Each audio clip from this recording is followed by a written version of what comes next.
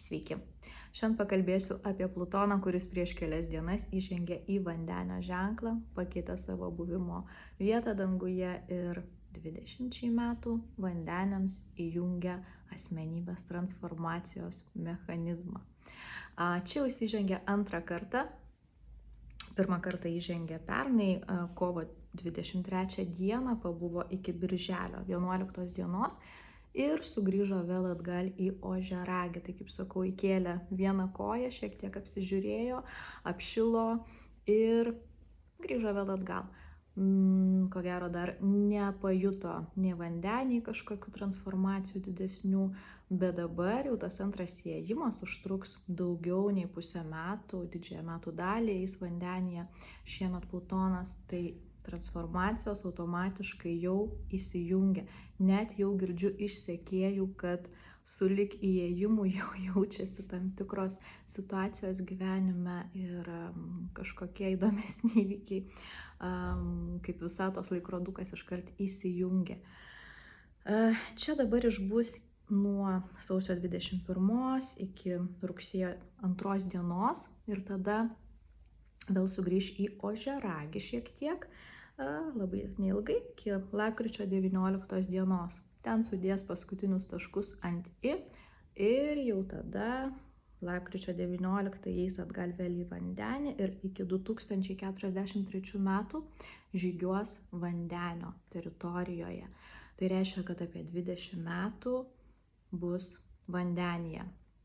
Plutonas iš tiesų labai lėtai judanti planeta, ratą aplink Saulę apeina maždaug per 248 metus, tai viename ženkle užsibūna išties ilgai.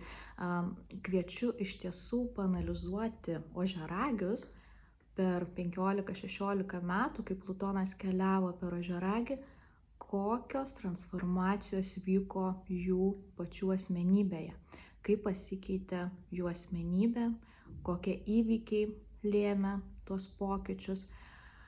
Ir, dabar jau atsikvėpėte šiek tiek lengviau, nes Plutonas įžengė jau iš jūsų asmenybės į resursų, finansų sritį, bet nenoriu išsiplėsti apie atskirus zodiako ženklus. Manau, padarysiu visiškai atskirą įrašą apie tai, kaip įtakos atskirus zodiako ženklus šis Plutono perėjimas į Vandenį.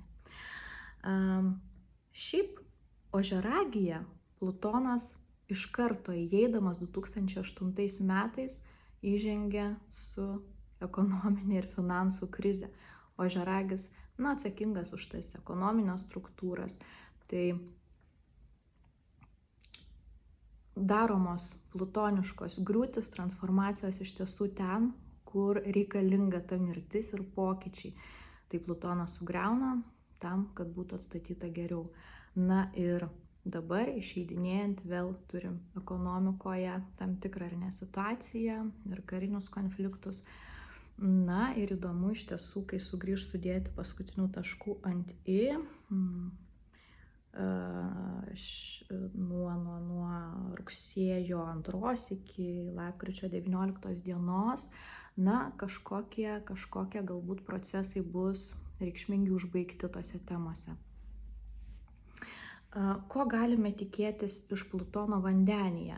Iš tiesų dalinausi apie tai įraše, galite rasti ant mano sienos, bet jeigu taip trumpai, tai Vandenis yra atsakingas už išradimus, už kosmoso tyrinėjimus, už visas inovacijas, už dirbtinį intelektą, už viską, kas tokio keisto, naujo, įdomaus, už bendruomenės, už, apskritai tai yra draugų ženklas, tai tokia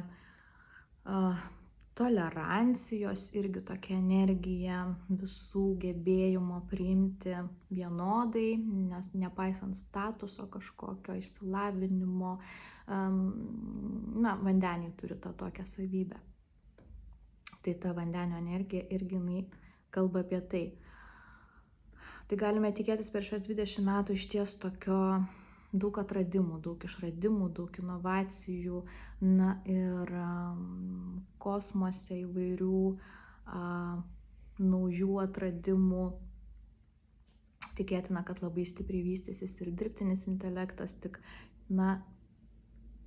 kai eina kažkokia stipri energija per tam tikrą charakteristiką, nereikia tikėtis, kad viskas bus pozityviai, ar ne? Tai dirbtinis intelektas gali būti iš vienos pusės labai didelis pagalbininkas, bet iš kitos pusės gali irgi nueiti tam tikrus kraštutinumus, nuo kurių žmogus gali ir nukentėti, ar ne? Bet apie tai nesiplėsiu. Tai šie 20 metų ateinantis laukia tokie, įdomus, su daug naujovių, inovacijų. Ir lauksim, žiūrėsim, kaip čia bus. Iš tiesų gali būti ir tokių revoliucijų kažkokių, žmonių susibūrimo į kažkokias organizacijas, ar tai esamų organizacijų kažkokio transformacijų, persiorganizavimo, ar tai griūčių kažkokių visuotinių organizacijų, ar ne? Tai pagyvensim, pamatysim, ką Plutonas čia atneš. O šiaip, jeigu kalbant apie žmones, šiaip Plutonas yra skaitosi labiau tokia kartų planeta, veikianti ne kiek atskiras asmenybės, kiek atskiras kartas, valstybės, pačią Žemės energetiką. Bet jeigu taip analizavus, kur Plutonas eina tranzitu pas atskirą žmogų, vis tiek ten matosi tos transformacijos, kažkokie pokyčiai. Tai nebūčiau linkusi sakyti, kad jis neveikia atskirų žmonių ir individų. Tai vandeniams iš ties galima tikėtis labai didelių asmenybės transformacijų, labai didelių asmenybės pokyčių. Plutonas, eidamas per Saulės ženklą žmogaus, šiuo atveju vandeniams, duoda labai daug galios pirmiausiai, labai daug tos tokios vidinės galios. Ta vidinė galia irgi atsiskleidžia kaip gyvybinė, seksualinė energija, kurią galim transformuoti tiek į kūrybą, tiek į destrukciją, labai priklauso, kaip mes ją panaudosim. Tačiau Plutonas įgalindamas kartu už šią dovaną duoda ir tam tikrus iššūkius. Ir irgi priklauso, kaip mes tos iššūkius praeisim. Bet tos kažkokios situacijos ateinančios, kažkokios griūtys gyvenime, jos būna ten, kur reikia. Ten, kur yra kažkas atgyvento, kažkas pasenusio, nes Plutonas valdo Skorpiono ženklą, tai skorpioniška energija negali pakęsti to, kas jau, tarsi prie mirties, ir norisi greičiau tada, kad numirtų ir transformuoti ir atstatyti naujai. Tai, čia toks įsijungia, reikalinga nugalėti savo baimės, atskleisti savo talentus, nebijoti ir drąsiai, keliauti toliau. Nereikia bijoti, kad kažkas grius gyvenime. Gal jūs išvis švelniai tas tranzitas palies. Gal išvis nepajausite to tranzito veikimo, jeigu pas jūs ten viskas tvarko ir nėra kam griūti. Bet jeigu asmenybė reikalingos transformacijos, tai jos tikrai vyks per šios 20 metų. Ką dar norėčiau paminėti? Apskritai, kaip tas Plutonas veikia, kas tai per energija?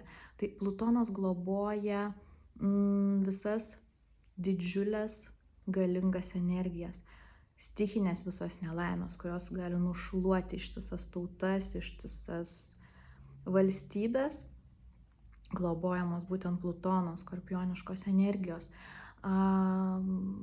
Mirtis, gimimas, visa tai irgi vyksta po Plutono vėliava. Visur, kur yra kažkokios paslapties, kur yra kažkokios žmogui sunkiau, kur tarsi protų suvokti tuos procesus, visur ten globoja Plutonas. Iš ties gali atrodyti keista, ar ne, žmogus gyvas ir štai numirė ir jau nebegyvas. Įvyksta mirtis ar ne, bet vėl kažkur ta siela atgims ar ne, ir toks vyksta nesustojamas procesas. Bet žmogaus protui tai yra pakankamai sunku suprasti, arba kaip du atskiri žmonės gali pradėti trečią gyvybę, ar ne? Tai Plutonas globoja ir lytinius organus, ir lytinės ląsteles, ir patį gyvybės užsimezgimą. Na, tai tokie paslaptingi mistiniai procesai visi yra būtent vyksta po Plutono ženklu. Plutonas taip pat kalba apie masinės energijas, apie didelių žmonių susibūrimus, apie galę valdyti tą masinę energiją. Kas turi daug skorpioniškos energijos, turi gebėjimą valdyti tas masinės energijas. Nes tam reikalinga didžiulė vidinė galia. Taip pat, jeigu kalbant apie pinigus, Plutonas taip pat atsakingas ir už didžiulius pinigus. Čia jau neina kalba apie savo rankomis uždirbtus pinigus, čia eina kalba apie svetimus pinigus. Jeigu žiūrėti pagal žmogaus horoskope, tai gali būti partnerio pinigai, gali būti paveldėti pinigai, gali būti nelegaliais būdais įgyti pinigai. Plutonas taip pat, po Plutono vėliava vyksta nusikalstama veikla, mafijos veikla, bet taip pat vyksta ir